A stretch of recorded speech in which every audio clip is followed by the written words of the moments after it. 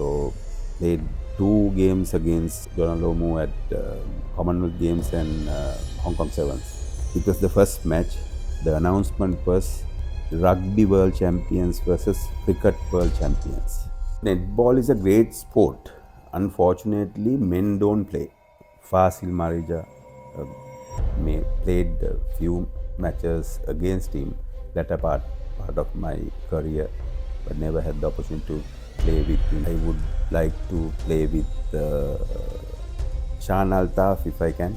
The previous night, I couldn't sleep. There were 3 players at SIA. One is Fili Togalameta. He was the Samoan number 8 at that time. Then Michael Thala was another Samoan. Then PNG Junior Nixon. So I had with me Kitty, Bati and Meli Nakuta. So they're also world-class players. Voices of the Golden Era. Preserving identity, powering progress. Welcome to Kandy Times. We are back again with the segment of Voices of the Golden Era. Today we are honored to host a man who has redefined the meaning of sports, multi-sports athlete. He's a powerhouse who has represented the national level in rugby, basketball and netball, and even captained the men's inaugural netball team. He still gives on to Sri Lankan rugby and is the national member of the National Selection Committee, and also is giving his vast knowledge as a coach as well as an educator of world rugby. Beyond the try line, he is a qualified attorney at law and has a doctorate in business administration, and currently is serving as a vice president of DFCC Bank. From being crowned Mr. Sri Lanka to winning the Right Medal Gold Award from Trinity College for the best all-rounder, we are surely honored, and it's a pleasure to welcome Dr. Duminda de Silva to Kandy Times. So thank you, Dr. de Silva, for accepting our invitation and being here with us at Kandy Times. So Dr. de Silva, you have a big set of qualifications when I read, and we know you for being a well-renowned figure, especially in as crowned as Mr. Sri Lanka and playing for all the sports, representing sports. You have started your journey from Ratnapura and come to the hill capital and gone to Trinity College, played for Kandy Sports Club. They represented CHS FC as well as Sierra FC. Can you take us through the journey from then to now, where you are a visionary leader at DFCC Bank? So thank you very much for inviting me for this Kandy Times program. I'm very happy to be here with you all. I started my journey at Ratnapura. My hometown is Ratnapura. My parents are from Ratnapura. So I studied there at Ratnapura school called School by the River. Was there till grade 2. Then I switched my school to Baptist College, Ratnapura, until grade 5. From there I went to St. Thomas Gurutala for one year. So during my time at Ratnapura, I was an athlete. So I used to do 100 meters, 200 meters and long jump. Those were my pet events for athletics. Then I joined Gurutala St. Thomas. I did athletics as well as I started playing basketball because I was in the boarding. So my boarding house is adjoining the basketball court.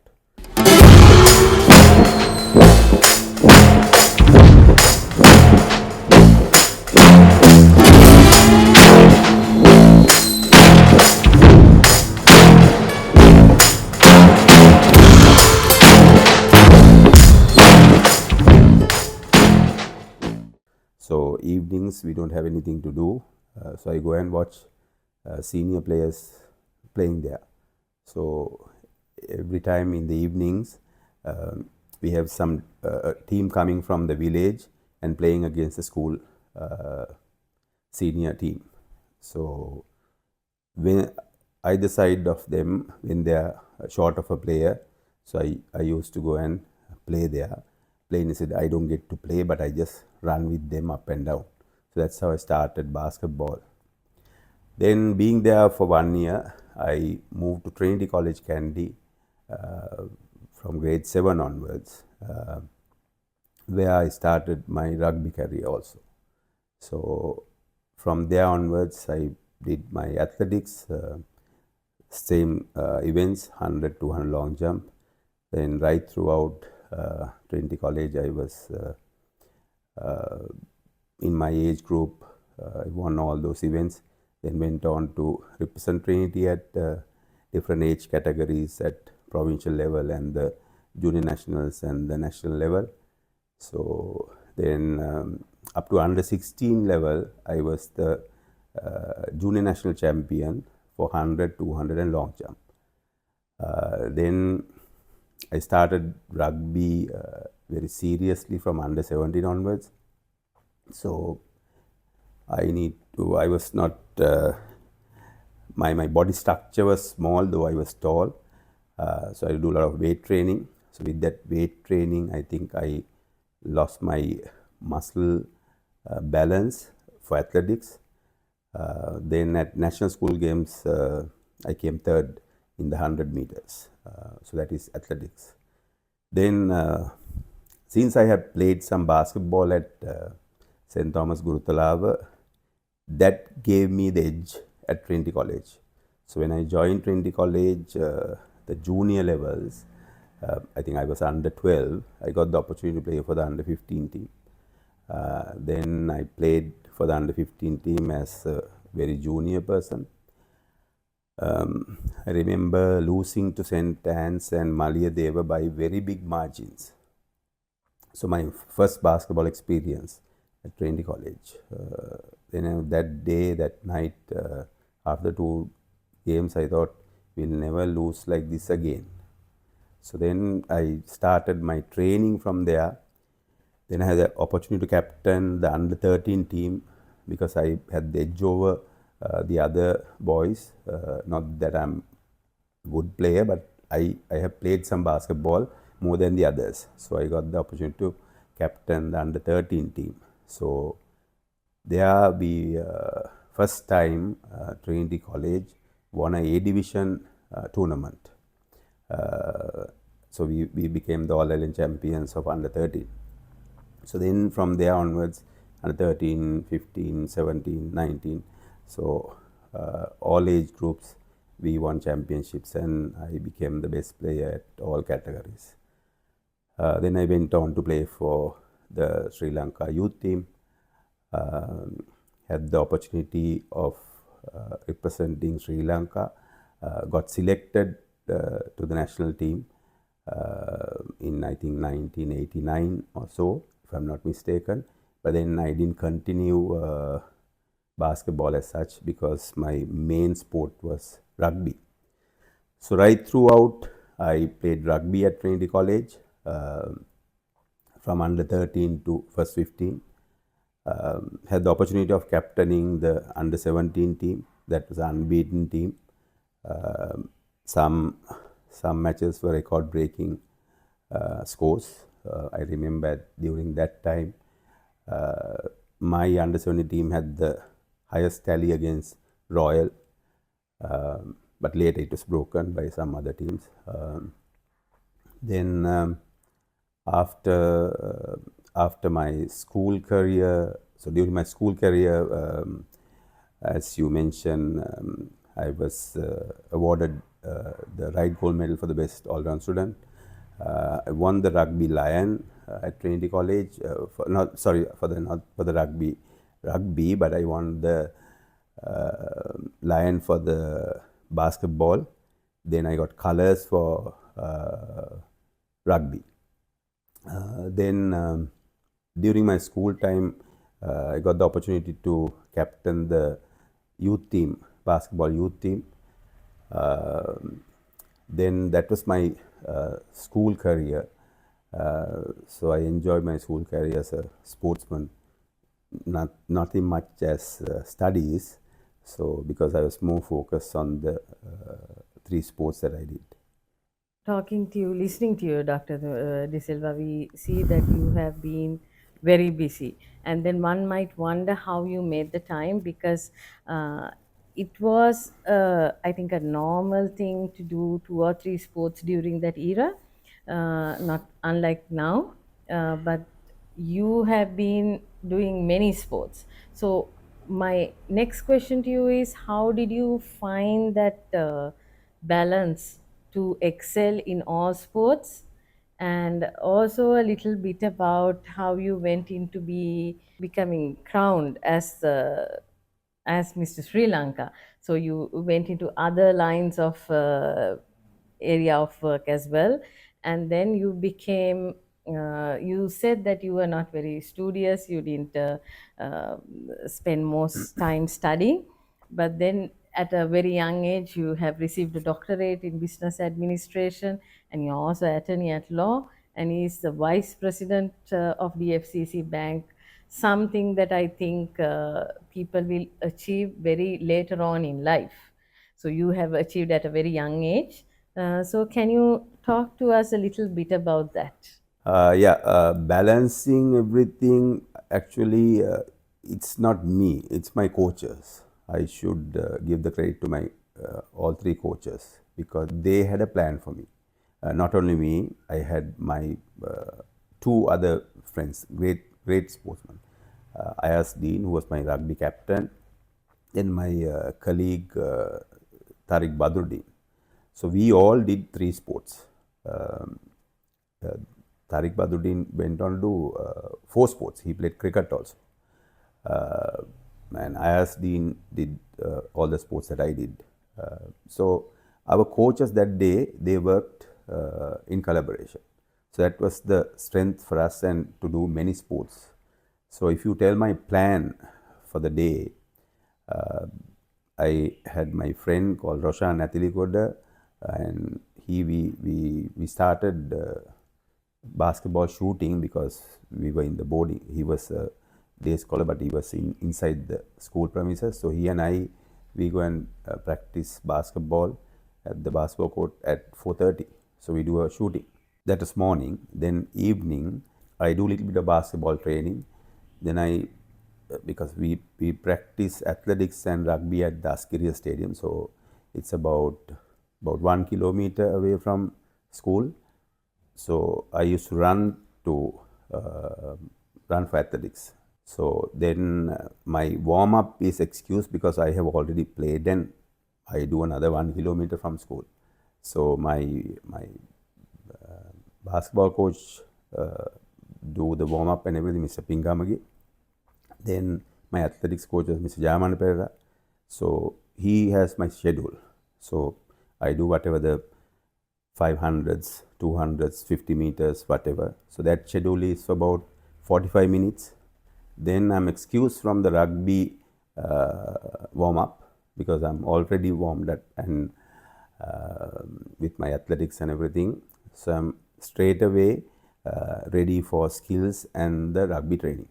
So that was Mr. Devapriya Pereira. So day 3 of them, and Ashan Ratnapura also, the 3 coaches work collaboratively to bring the best out of me.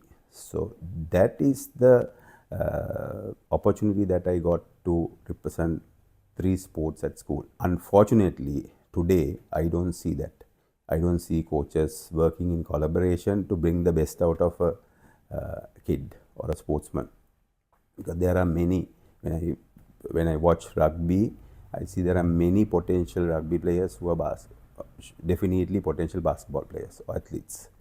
Likewise, these days I am engaged with basketball selection as well as rugby selections. I see there are many potential rugby players in the basketball team, but they never play basketball. They are not encouraged, because I know, not like during my time, now coaches, their entire living is from coaching.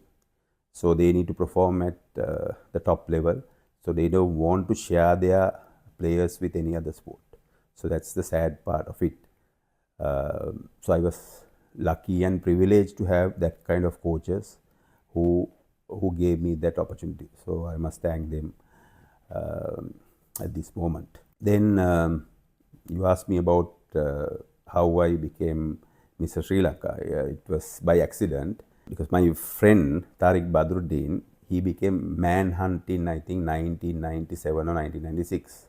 Then I was laughing at him and said, I mean, sportsmen don't take the ramp and you wear a swimming trunk and walk on the ramp.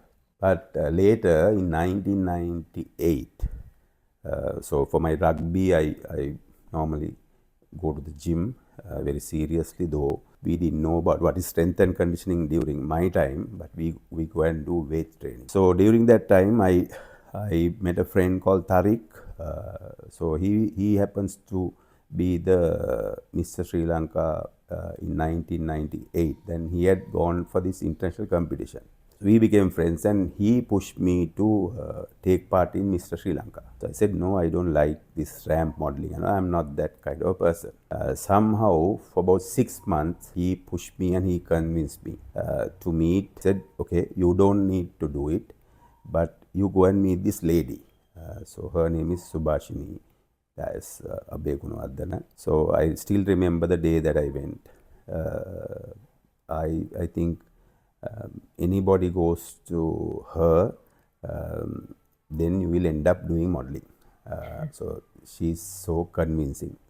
So she told me everything. So I was inspired by her stories, and I started going for her classes.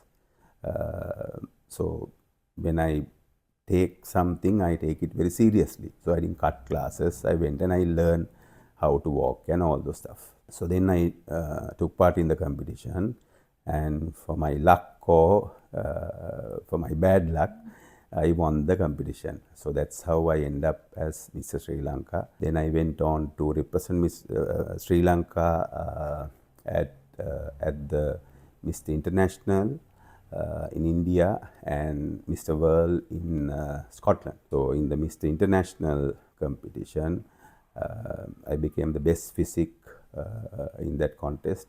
So I think at that time I was only Asian to win that title. All the time it's won by Europeans or Americans.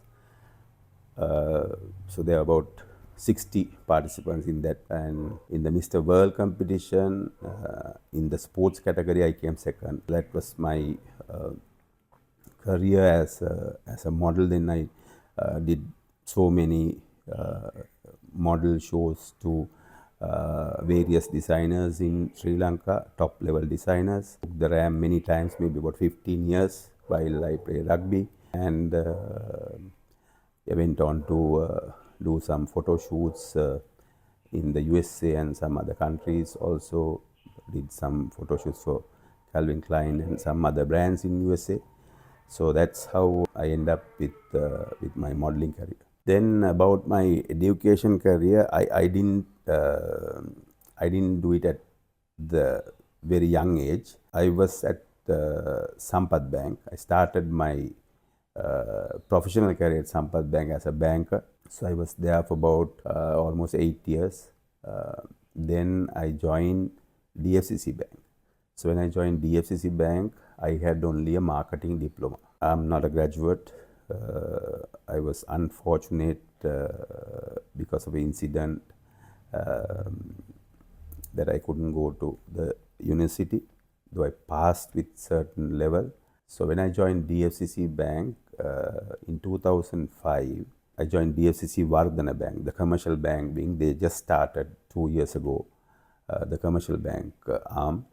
So I joined to DFCC Vardhana.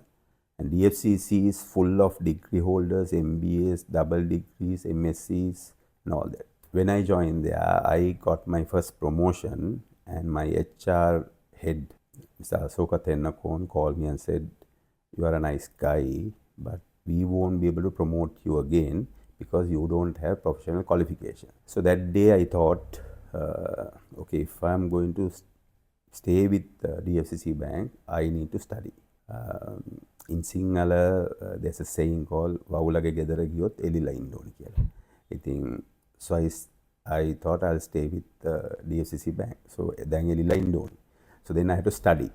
So the only option was to do MBA.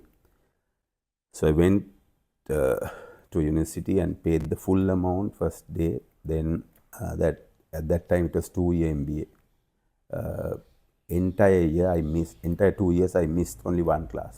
So like I did miss Sri Lanka, I was so devoted to it because I want to learn it properly, not just to get a certificate that I have MBA. Because I want to go and the knowledge that I imparted from the MBA, that I want to practice it. So if you want to practice it, you need to learn it properly.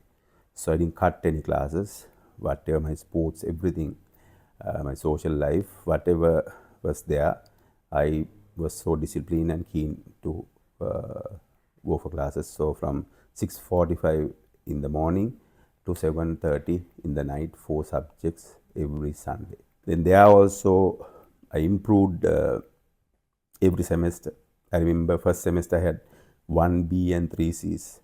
Second semester I had 1 A and 3 B's. Then the third semester I had 2 B's, 2 A's. Then I end up with the fourth semester 3 A's and 1 B with a GP of 8.24 something. I was the fourth best in the class out of 72 students at that time. So then I didn't stop from there. I went on to, I did marketing also, but then I went on to complete my marketing because I was specialized in marketing at my MBA. Then I did my accountancy, CMA and CIMA up to the strategic level. Then after few other courses I did in between. So I wanted to do law because my father was a lawyer. He's no more. But it never materialized. Then my MBA professor, Professor Ajit Medis, who always encouraged me to do my studies, and my good friend at DFCC Bank, Achinta Hewanayaka, was pushed me always, if you can do sports, you can do studies also. So that's how he always pushed me to do studies. So with both of them's advice, I started my doctorate at Klein University. So it was a challenge because doing a doctorate is not easy. 3 to 6 years, you have to devote time. So I started, first semester I thought I should give up this is too much for me. But then second semester came, I made up my mind. So I want to take up challenges. I had my coordinator there, Professor Pathivarasan. So one day after a function, asked who is the person who has completed the doctorate in the shortest time. So he said somebody's name and said about 4 years and something. So I said, I'll do it in 3 years. He said, can you do it? Because nobody has done it in Sri Lanka, according to my knowledge. Your doctorate is different. That is mostly for people who are in the people who are working. So that's a business doctor of business administration calls. So then I took that challenge. I remember when we finished the first year course, I submitted by proposal defense 1 minute before completing 1 year. Then I sent a message to Professor Pathivarasan, sir, I submitted the proposal. Then within 2 years and 8 months, I completed my doctorate. So I think so far I may be the only person who has completed doctorate in 2 years and 8 months. So then during the same period, that was the COVID period, one of my work colleague, Nipuna, he called me and said, Dumi, you always want to do law. Why don't you start the LLB degree? Then you can straight away get into the law college. So I gave some thought. I was in the study mood at that time. So I enrolled to a foreign university and did the LLB degree during the COVID period. Then I joined, after completing that, I joined the law college, and I did first year, second year, third year, and I passed with a second class. So I completed. So my father, who was alive at that time, this was last year, he came for the oath ceremony also. So to a great extent, I made my father happy also that I completed my law as well. That was my education path. I didn't start very young. So all these things happened within about 14 to 15 years. My studying time, thanks to the FCC and my two mentors in that field, Achinta and Professor Ajit Medis, now I have a DR in front of my name.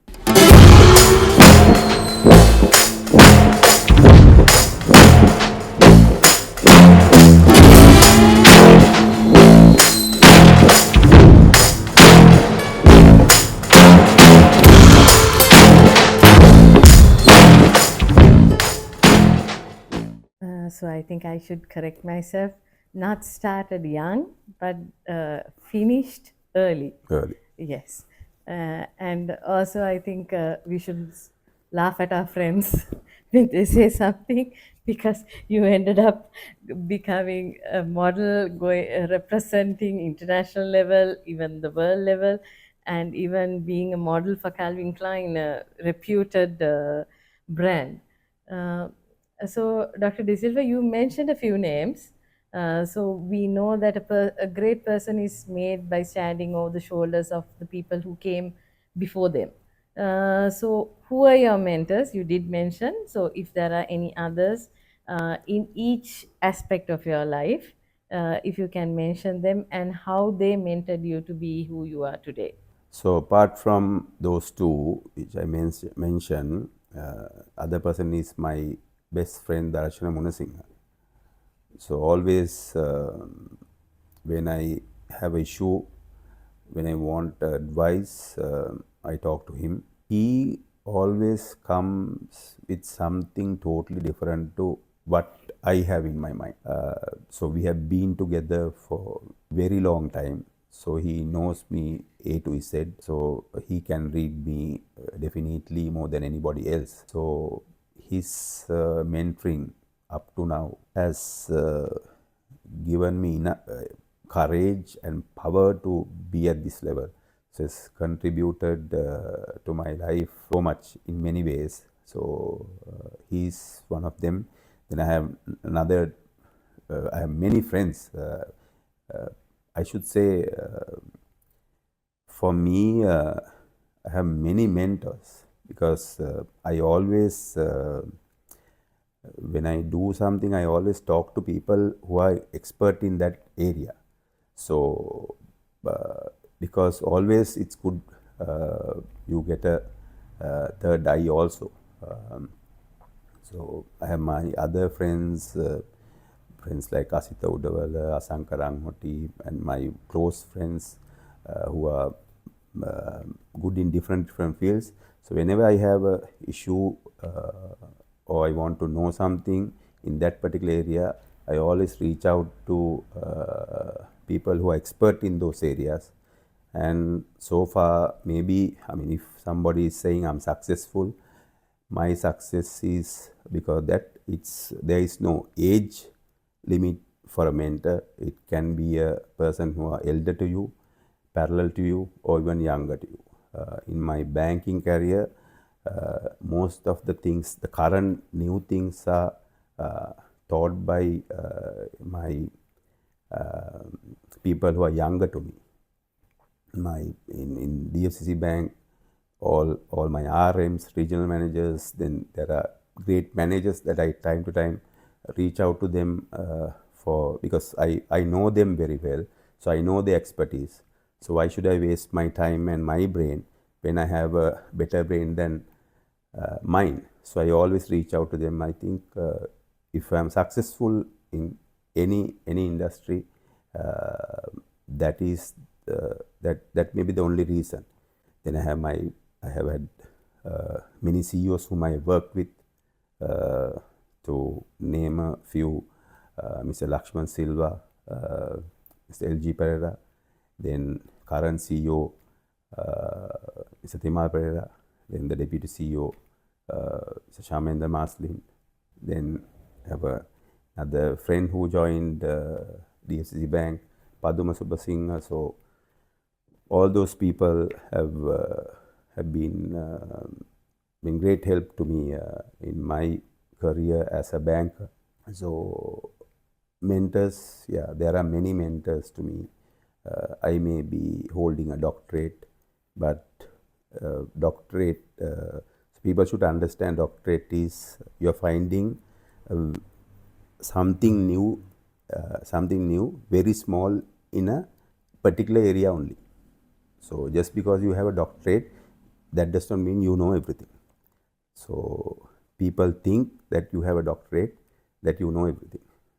But I know only the area that I went on to research and brought something new, not more than that. So I have no shame on asking or going to a lower level. That means we have level in a company, asking advice. So I have already done that up to now, and I will continue to do that whatever the qualifications I have. I think I can vouch that Dr. De Silva, until I read about you, I didn't know that you had a doctorate. You're a very simple person who talks to everyone and is very friendly. So I'm sure with the different aspects of your life, different careers in your life, you would have had such great memories. So, would you like to share any fond memories? It could be funny, it could be positive, it could be negative, that you cannot forget in your life. So there is so much that I can share, but certain things I can't share on public in public forums because I've been to many fields, so many jokes,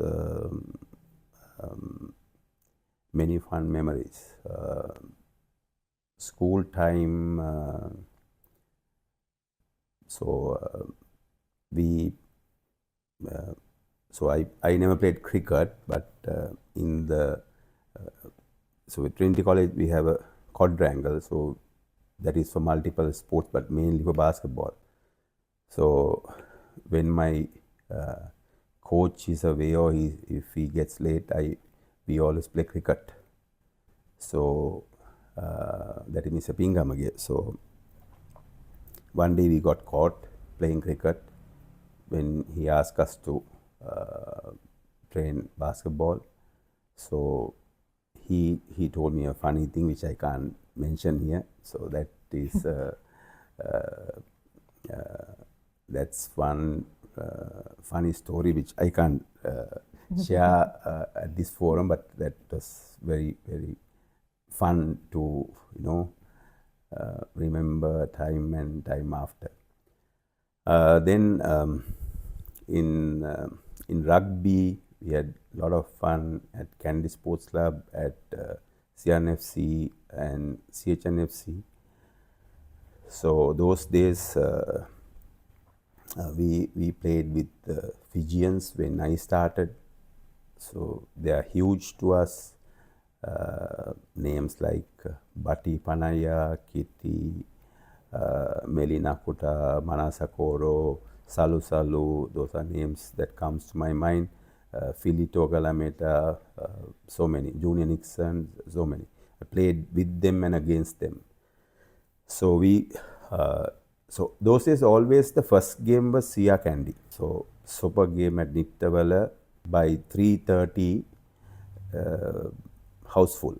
This particular game was, so I was the open side flank at that time. The previous night, I couldn't sleep actually because there were 3 players at Sia. So I was playing for Kandy against Sia. One is Fili Togalameta. He was the Samoan number 8 at that time. Then Michael Thala was another Samoan. Then PNG Junior Nixon. So Junior Nixon was PNG, Papua New Guinea national player. So those 2 were centers. Then Michael Thala was the number 8. So I had with me Kitty, Bati and Meli Nakuta. So they are also world-class players. So I was the open side flanker. Now when Fili breaks, I'm the first person to tackle him. So I was thinking how to tackle them. So first scrum, I remember it was in the middle of the Kandy Sports Club ground. He took the ball from the other side, not from my side. Then Kitty was there. They met each other and there was a huge fight and both of them were red carded and they were out. So I was very happy. Now I have almost 90 minutes or 89 minutes to play without Fili. If he had played, I don't think this interview will happen because he was so scary. Then my next challenge was Michael Thala and Junior Nixon. Then I had my friend Shanta Rohana. He will tackle anybody. So we played about 15 minutes. Then I was on the ground. I saw Michael Thala was running. Shanta Rohana tackled him. I think he broke his shin or ankle. He was taken out of the field. So now I had only one man to manage, and that of course you can manage it. He's also a great player. And we won. Kandy won the match also. So that was not funny story, but that's a scary movie kind of thing. So I survived because those 2 players didn't continue the full game. So that was one story that I always tell all my friends when we have a good time. Then a few other stories to relate was I had the opportunity to play against some legends in the rugby world. To name 2 of them was Jonah Lomu and David Campese. So played 2 games against Jonah Lomu at Commonwealth Games and Hong Kong Sevens. Then David Campese at the Commonwealth Games. So one funny story was, so Sri Lanka happened to be in the same group against Australia and New Zealand. So we played against New Zealand. We lost by a very big margin. Then Australia has to beat Sri Lanka by 60 points for them to beat New Zealand and get onto the number 1 spot at that particular group. So then they have an easy path to go into the finals. So during that match, Jonah Lomu and Eric Rush, Dallas Seymour, Glen Osborne, that was named as the all-time best team by Gordon Tichens, who was their most successful rugby coach. I met him at his high-performance training a few years ago in Malaysia. So during our time, if the opposing team scored a try, they don't get to kick. We kick, so for the defending team. So we want New Zealand to go there because we know that as Sri Lanka, we will not be able to beat Australia. So we want to restrict them below 60. So that was our motivation. And New Zealand team is supporting us now. So before the warm up, they were cheering us, stick on to them, all the stuff. Then at each interval, each breakdown, we were delaying. If they score try, we walk to the 50 and kick. If there is a kick outside the line out, we walk to the line out. So David Campese was, so angry. Then he was passing remarks, and he want us to come to those restarts immediately. Somehow they couldn't score 60 points, and New Zealand was so. After the match, we were walking out of the grounds, and I went up to David Campese and I said, "You are a legend to us, but the way you behave in the rugby field was not so good for a legend like you." He got really upset about it, and he apologized to entire team and went off. And recently he was here last year. Then I met him and I told the story. He couldn't recall. He has played many matches, so that was one funny story. Another one would be, so in Hong Kong Sevens, we were playing against Argentina. During our time, Argentina was not very competitive like the current scenario. So they were little better than us. Sometimes we have draws also. Our best player was Sudath Sampath at that time. He was called as Sri Lankan Eric Rush. So Eric Rush is the great captain of New Zealand. Once when we play against Argentina, I think he was injured. He had an ankle injury. Then we have our famous doctor, Dr. Maiya Gunasekera. So he was always our manager. So he looked at Sudath's ankle and said, "I don't think anything wrong. I'll give you injection." And then he strapped. And I saw Sudath's ankle like a football. So he said, "Nothing wrong. You can play." He injected, and Sudath played the match. It was a draw at half time. Then we lost by 9-0 or something, because the previous match was against South Africa. First half we were leading 12-5, and we lost by 12-32 or something at the end. So we were good at that time. So then Dr. Maiya, after the match, asked, "How is Sudath? How is your ankle?" "Okay, sir, no problem." Then Dr. Maiya said, "I injected with water." So that was one funny story. And then we had we had the match against New Zealand. I remember it was after the World Cup, Cricket World Cup, where we won the Cricket World Cup in 1996. So it was the first match. The announcement was Rugby World Champions versus Cricket World Champions. So we were beaten by very big margin. So Sudath Sampath was the captain. Then Eric Rush was the captain of New Zealand. So we told Sudha, go and speak to him, and said something that, play lightly with us or something like that. So Sudath came, right, I told. Eric Rush said, "Take it easy, we'll play, we'll relax and play." But they scored the highest, the very high score. So I asked Sudath, "What did he really tell you during the toss?" Okay, we'll play.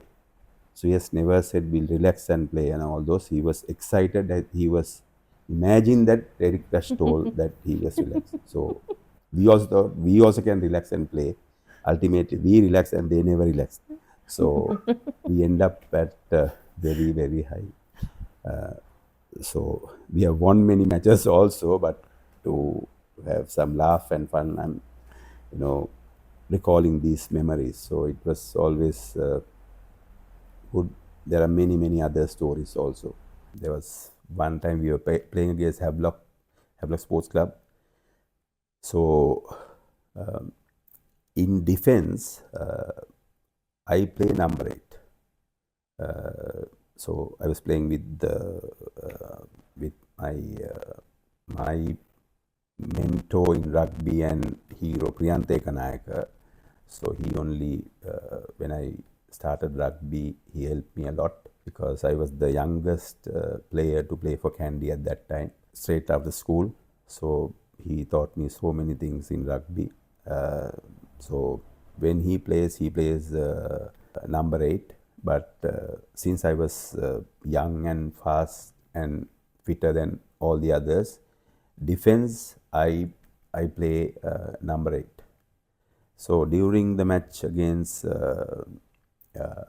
Havelocks, so Havelocks we have Salu Salu on the other side. So Salu Salu is 6'6". He must be about 220 pounds or something. Massive, and he'll run over you. In rugby those days, you sometimes out-hook also, not like current time. So we had this great Chiam Siddiq. He will go underneath LVA Kanayaka and Duminda de Silva and out-hook. So he did the same thing. So in rugby, we were told at that time, if you are defending and you get the ball, number 8 has to break. Now I have to break and go because we got the ball. So I had to, now Salu Salu is coming at me, I have to go to him. Right? There is no way. So I saw him about 3 meters ahead of me. It didn't go up to him. I fell before him and formed a ruck, and we got the ball back. So after that ruck, he went and he came up to me and told me, you survived today, but I will catch you one day. So that was another funny story that I can recall. But these are great stories that I can share at any given time, and we still, when we have get-togethers, we still laugh about those things. So that's the greatness of rugby, friendship and brotherhood. I think Dr. De Silva, with the broad, you have had the brain also to survive in this game and not get beaten, injured, or brought out on a stretcher. Dr. De Silva, there is one more question I will ask before the others. You have been the inaugural captain of the men's netball team, and I think playing netball comes with a gender biased situation as well. So for a person who has excelled in rugby and basketball and athletics, gone to Trinity, how did that transition happen and what made you go into netball? Netball is a great sport. Unfortunately, men don't play. So how I got the opportunity to play netball was when I was at Sampath Bank. We play mixed netball, mercantile mixed netball. All the basketball players automatically play netball. So in mixed netball, we have three boys and 4 girls. So we play center is a boy, goal defense is a boy, then GS shooter is a boy. That's the composition. So I always play as goal defense. At times I play shooter also. So that's how I started playing netball, and I like the sport, and it's equally tough as basketball. So during our time, the most toughest team was HNB. So the girls team always HNB wins because they had 6-7 national players. We had only 1 at Sampath Bank. But in our mixed team, we had a good combination. I had players like Tilak Punasinghe, Sanjeevani, Shamin, Chetani, and there are others also, Rasika Prabhat. So we we had a great basketball team because we were the basketball champions at that time, Sampath Bank. So we are the only team who can beat HNB. So at many tournaments, I was crowned as netball king also.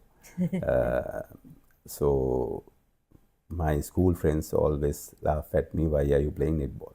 So then I was told that there is a World Cup also, netball men's World Cup. So first quadrangle tournament was to be held in Sri Lanka in 2000. So then they called for trials. So I also went with my friends, and since I have been playing netball for about 6-7 years, I got the opportunity to captain the netball men's team. So we were the runners up. We lost to India by 2 points. So then I went on to play many other tournaments, not international, but I think for so far I'm the first and the last captain of Sri Lanka, and that was the only time that I think, if I'm not mistaken, Sri Lanka has taken part in a international tournament. So that's how I got into netball.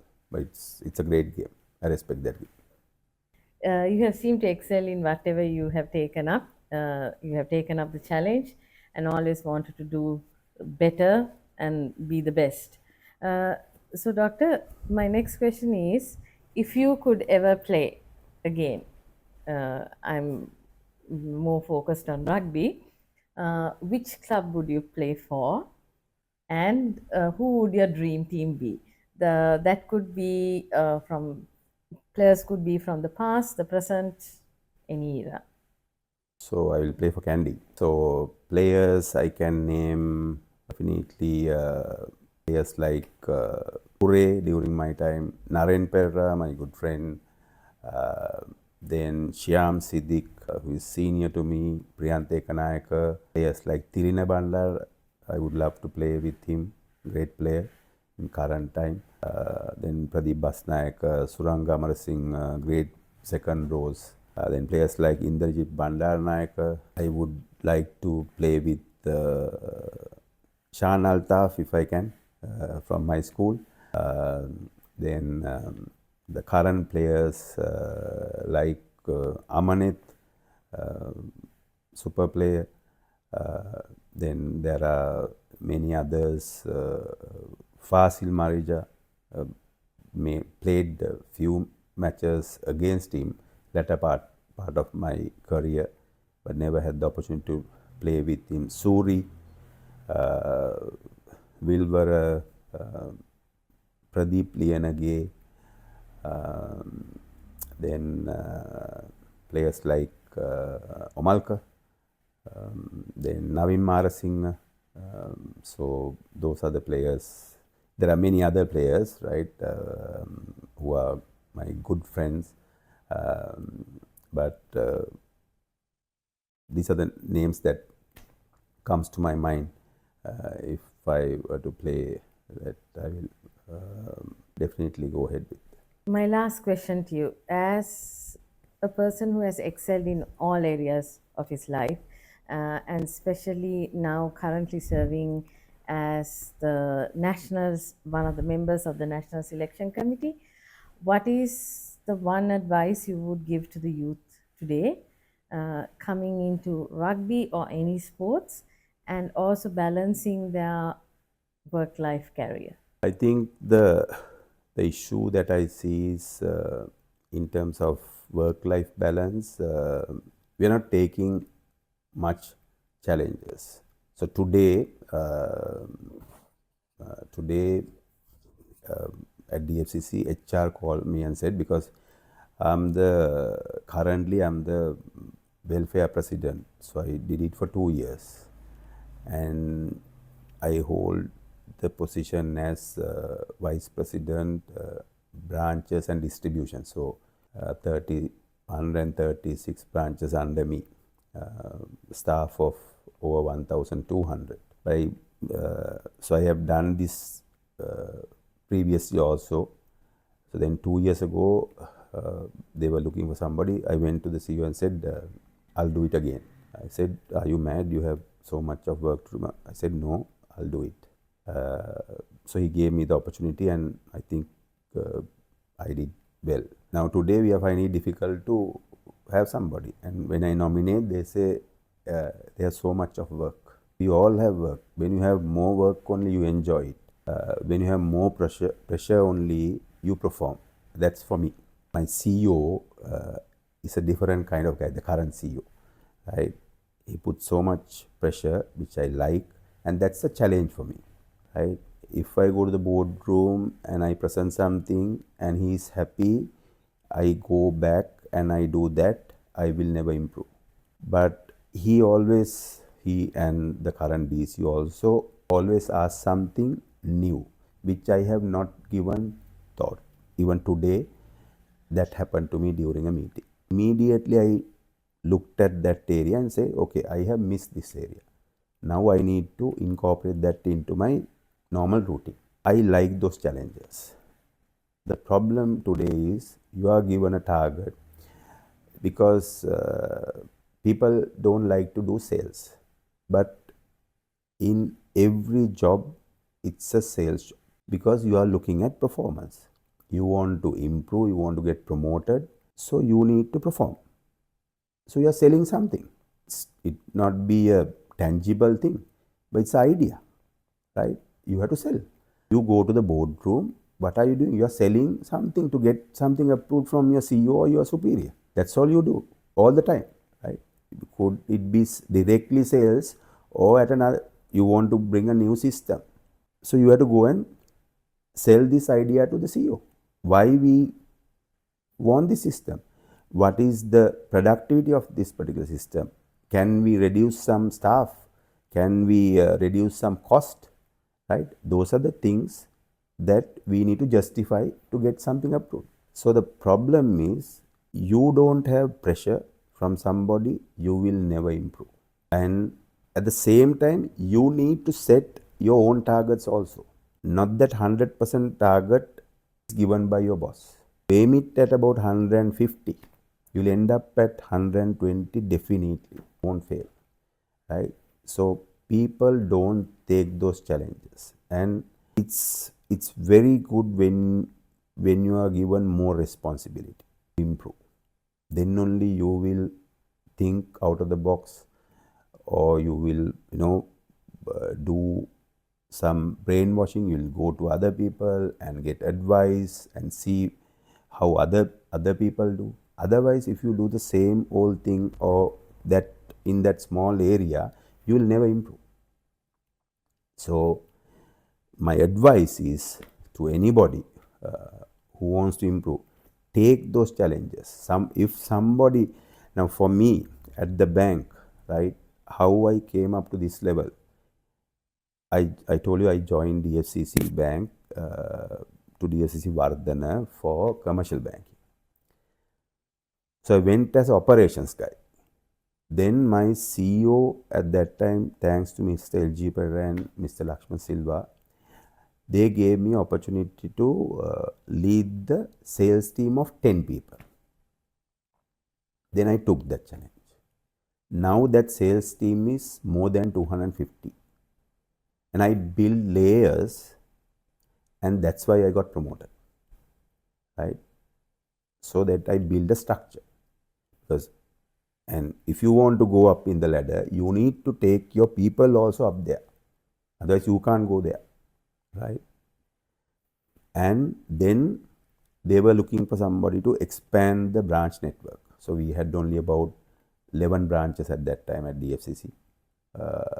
So they were looking for so many people and they couldn't find. So I used to do some organizing of the sports events and dinner dances and all. So they thought I can handle that. I never knew what branch opening is. So both of them called me, Mr. LG Pereira, Mr. Lakshman, said, can you take over branch opening? They gave me the approval letter from Central Bank and the two numbers of the two architects. I said, is that all? I am alone. Now you go and open. I called these two architects. got educated about what is branch banking. Then I spoke to my friends at other banks, how can we do this? So then I went on to look for locations, premises. Under my leadership, we opened, with the help of my CEO and all the others, 78 branches. That was an opportunity given to me. If I rejected that, I am sure if I rejected both those opportunities, I wouldn't have been in this position for sure. So I took that opportunity. Sales, of course, I had in my DNA, but branch opening, it was never there. That was a new thing. Learn a lot. Right? Met so many people. Went around the country. That was the opportunity that I got. Free of charge. Right? Bank paid for everything. Right? Transport, lodging, everything was bank paid. Went to Jaffna from that corner to Galle to Hambantota, everywhere. So I had that opportunity. See, so much opportunity, meeting people. Now, at this level, when I visit branches, those landlords are my friends, right? So easy to do business, right? One call away to get something done. And because they also saw me going up in the ladder, in the corporate ladder, because I started as a senior executive up to this level. So that has helped. So always take those challenges. I know it's difficult with your family life, all the other engagement commitments, right? It's challenging. Yes, you need to face these challenges. So even if I'm being given something else today, I won't say no to it. I will take it, because it's a learning, that's experience for you. And currently, so last year, my teacher, the Subhashini, she called me and said, there's a new competition called Master of the World. So last year she called me and said, I would like to nominate you. Would you like to take part and represent Sri Lanka? So I checked, it was only 1.5 months. So I didn't have time to prepare. I said, I'll go next year. So this year, I'm being nominated to represent Sri Lanka at the Master of the World. So that is an elite category, over 50 years. That's similar to Mr. Sri Lanka or Mr. World. So these days, I'm training and getting myself prepared. So I started my training in December. Unfortunately, mid-December, my father passed away, so I took a break of about 1.5 weeks. And from then and now, if you look at my physique, lost a lot of weight. I've done my training, lost about 7 kilos during this period. I'm started going to gym every morning, cut down on my social activities. I may not win, but when I get onto the stage, I need to look good. I want to compete at the highest level. Might win, might not win. But when I'm on the stage, I want people to say, right, he's looking good. He could have won if I didn't win. So that is a challenge that I have taken this year. So it's going to happen hopefully in October. Still the dates are not finalized. So let's hope for the best. Dr. De Silva, listening to you, I think I also feel a bit terrible now, thinking that I haven't set enough goals in my life.